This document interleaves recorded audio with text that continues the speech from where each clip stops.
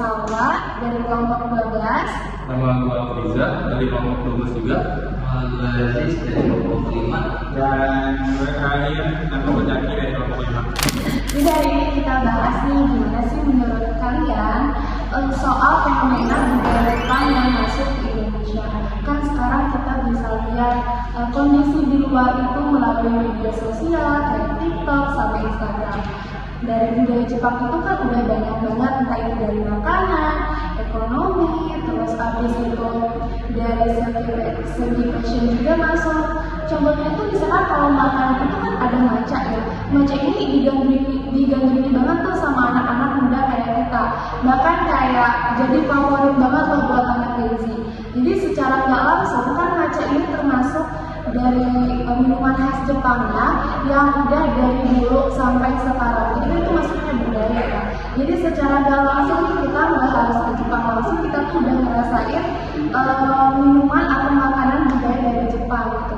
Menurut gue sih untuk fenomena masuknya budaya Jepang ke Indonesia itu masih hal yang positif gitu. Ya contohnya kayak tadi yang gue bilang kayak kita tuh udah harus ke sana gitu, kita nggak harus jauh-jauh ke Jepang. Atau misalkan untuk ekonomi UMKM juga buat masyarakat, kan ada tuh kayak chicken katsu. Jadi ngebantu juga nih buat ide UMKM yang pengen punya ide bisnis. Jadi mereka bisa bikin chicken katsu versi harga mereka atau disesuaikan sama lidah orang Indonesia, tapi tetap disesuaikan sama bentukannya di Jepang kayak gitu. Kalau menurut gue sih positif ya untuk masuknya di sini, nggak secara nggak yang menghancurkan atau bikin orang Indonesia tuh ngelupain dari budayanya sendiri, tapi lebih ke mereka tuh tahu gimana itu budaya dari luar melalui media sosial gitu. Udah sih, menurut lu apa aja gimana? Kalau menurut gue sih tentang fenomena itu kemajuan dari teknologi, terus globalisasi, terus apalagi ya kita kan juga yang tadi Salwa juga bilang ya, lebih kayak kita mau makanan Jepang nih, tapi kita nggak harus ke Jepang gitu kan. Kita udah di Indonesia juga ada gitu. Tapi yang menurut gua yang harus kita dalamin dan yang harus kita pelajari juga, kita juga jangan terlalu lupa sama kebudayaan kita juga, ya nggak sih?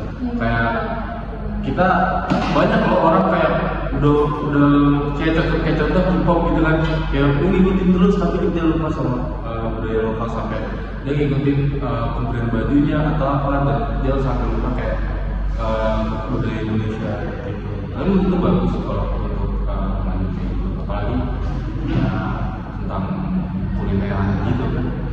Kalau menurut aja sih kalau menurut kurang, karena ini tuh berbenturan sama nilai-nilai lokal gitu. Jepang sendiri memang mendominasi beberapa bidang tertentu, salah satu teknologi, kuliner dan lain-lain, fashion juga, dan itu masuk ke Indonesia banyak. Nah, dari situ problemnya adalah tentunya pasti dari budaya Jepang itu, karena dari situ mungkin nilai-nilai lokal bisa berbeda, karena yang kita tahu seperti yang dijelaskan tadi, masyarakat senang gitu sama budaya Jepang, memang harus ke Jepang. Tapi menurut saya itu kurang dari experience sendiri. Itu juga kayak mengurangi potensinya anak muda, khususnya kita generasi Gen Z. Jadi dia kurangi kayak mengurangi minat kita terhadap melestarikan dunia lokal atau brand-brand lokal itu ya. Jadi kita jadi mengedepankan kayak impor brand luar negeri. Misalnya jadi misalnya dari cosplay dari Jepang, ya anak muda jadinya lebih demen atau lebih suka sama cosplay dari Jepang ini, ketimbang baju-baju adat yang lokal. Sebenarnya kalau bagus, cuma karena mungkin karena dari faktor banyaknya produk dari Jepang ini masuk, yang pada akhirnya produk lokal itu kurang diminati sama anak sebenarnya kalau dalam siklus kayak gini ya antara 50-50 sih, karena satu kita tahu semakin kita ke depan semakin juga kita karya kita kan juga berkembang kan, dan nggak semua juga dari nggak semua kuliner dari Jepang juga yang masuk ke Indo. Kita semua tahu kan kuliner dari beberapa negara juga masuk, dan pun juga dari Indonesia juga pun ada yang masuk juga ke negara ya, contoh Jepang atau apa ya kan. Ya sudah, itu jadi suatu kebanggaan juga sih kalau ketika kuliner Indonesia masuk ke Jepang, kayak gitu sih. Paling aku tadi notice ya pas ada bilang soal cosplay itu sebenarnya kan cosplay itu nggak selalu dipakai setiap hari ya. Bahkan cosplay itu sebenarnya nggak selalu dicari dari negatifnya, karena dibilang kayak anak-anak lebih suka sama baju-baju cosplay dari Jepang. Sebenarnya nggak selalu, karena untuk cosplay itu tentunya nggak mungkin dipakai setiap hari dong. Pas orang juga melihatnya kayak apa banget gitu kan. Jadi untuk si cosplay ini, baju event ini biasanya kan dipakai untuk event-event aja, kayak di Jepangan atau bahkan bisa dijadiin sebagai penjual. Misalkan cosplay itu bisa dipakai uang juga, entah itu ngasih sewa dari baju itu, ataupun dia bisa jadi selebgram melalui cosplay itu. Jadi nggak selalu negatif ya untuk bagi generasi muda. Untuk cosplay ini bisa jadi hal positif juga untuk perkembangannya, entah perkembangan dalam hal branding atau dengan tadi dia bisa jadi selebgram, entah itu selebgram melalui cosplayer itu, atau bisa jadi untuk ekonomi atau membantu dia dalam menghasilkan uang juga gitu. Menurut aku seperti itu dari cosplay. Tapi kalau kadang ada salahnya juga kayak kadang ada salahnya juga, kadang tergantung dari orangnya juga. Kayak kemarin kayak banyak banget kayak saya ya gue ngeliat di TikTok itu antara orang Jepang sama orang Indonesia itu beda. Satu kayak K-pop, terus yang K-pop jatuh gitu, terus bedanya orang Indonesia. Nah itu orang-orang yang seperti itu kayak bikin dia itu maksudnya kayak bikin jadi SD rendah, kayak enggak, iya betul, malah aneh, kayak sebenarnya ada positifnya dan ada negatifnya, jadinya ya malah cenderung negatif, padahal positifnya juga banyak juga ya kan, entah dari segi dari segi pakaian kan. Ya kita gua aja pernah contoh ya, pernah kayak aja orang lupa sekolahnya keren. Gue pernah kayak gitu, jujur pernah kan? Ya kan, karena gue belum, maksudnya gede atau apa, itu bentuk juga kan. Tapi ya gimana caranya kita bisa kontrol aja sih. Tapi kalau misalnya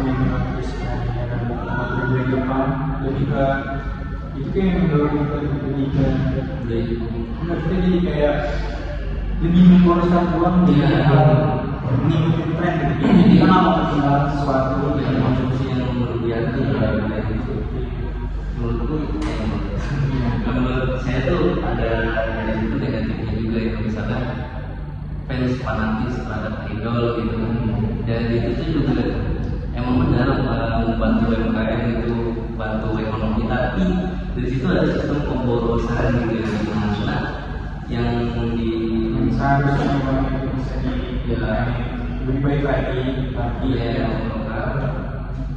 apalagi pakai buat yang budaya luar gitu, lebih bergengsi gitu ya. Ya memang kita kurang Ya kalau menurut saya ya kalau menurut gua ya ada benar juga sih, ya benar. Iya, maksudnya kayak ada benernya juga ketika si artis ngomong kayak kita terlalu maksudnya kayak ada hal penting yang seharusnya tuh diambil, malah ngambil tuh yang nggak penting gitu. Tapi balik lagi sih, kita cara nilainya tuh kayak gimana dan cara sudut pandangnya tuh kayak gimana. gitu. Ya kita tahu lah di Indonesia gimana, ya kan? Kalau kita nilai apa namanya satu masalah langsung kayak ada yang lebih, padahal masalah itu kita tahu ada komunikasi. Itu cara kita kontrol aja sih. Sebenarnya dari kita menjual sisi positif, mungkin ada beberapa juga yang karena saking pengalaman atau terkait cosplay, tentunya artinya juga nggak yang murah ya, jadi juga menghabiskan uang. Tapi balik lagi di cosplay ini mungkin ada beberapa yang menjadikan ini sebagai kesempatan. Jadi kita ambil aja untuk sisi positifnya untuk budaya Jepang yang masuk ke Indonesia.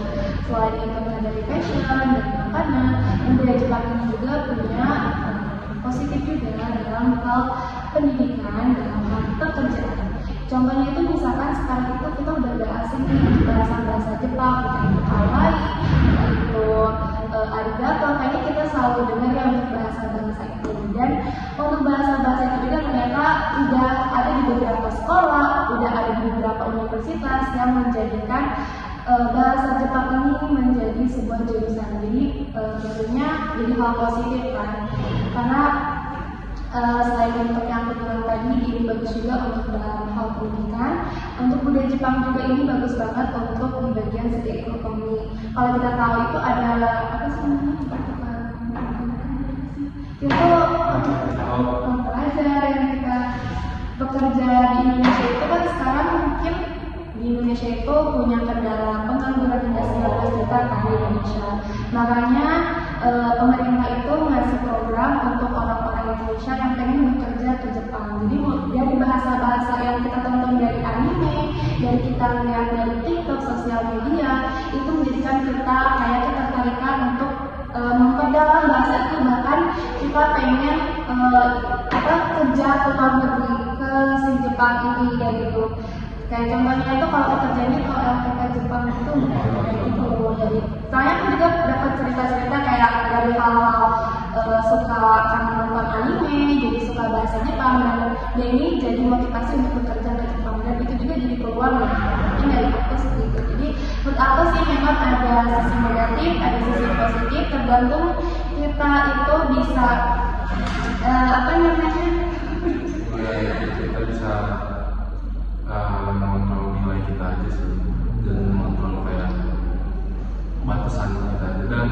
Dan menurut saya juga kayak kita tahu nih kualitas Jepang itu bagaimana, ya, tentang SDM, tentang semuanya. Dan ya kita sebagai warga Indonesia kita juga jangan dia bagus, tapi kita kita harus menghadirkan budaya kita, semuanya ya kan, agar budaya kita makin maju juga dan negara kita juga makin maju. Gitu. Mungkin ada tambahan lagi? Ini dari kesimpulannya dari kalian gimana nih kalau kita mungkin dari sisi positif sama negatifnya, tergantung gimana kita cara untuk merealisasikan budaya itu di Indonesia atau di mana. Ya kalau misalkan contohnya tadi kalau cosplay itu ternyata untuk menghambur-hamburkan kan ternyata negatif, atau terlalu berlebihan terhadap idol, atau terlalu berlebihan terhadap misalkan sukaan memang jadi introvert, itu kan jadi sisi negatif kan. Tapi bisa juga jadi sisi positif, tergantung gimana caranya kita bisa merealisasikan budaya Jepang ini di kehidupan kita atau di Indonesia. Untuk kalian setuju. Ini kita sama lah memang ya, itu juga pasti ada kelebihan dan kekurangannya. Jadi kita nggak bisa pilih antara satu dan dua gitu. Kita pengen kelebihan aja, dapat kekurangan aja, dan kita begitu. Udah, jadi ya itulah mungkin. Ya, berarti untuk pembahasan oh iya, nggak apa-apa dikata. Udah untuk pembahasannya kita sudah selesai, dan juga terima kasih kepada Jaki, terima kasih juga kepada Aziz sudah mau diskusi tentang apa fenomena budaya Jepang yang masuk ke Indonesia.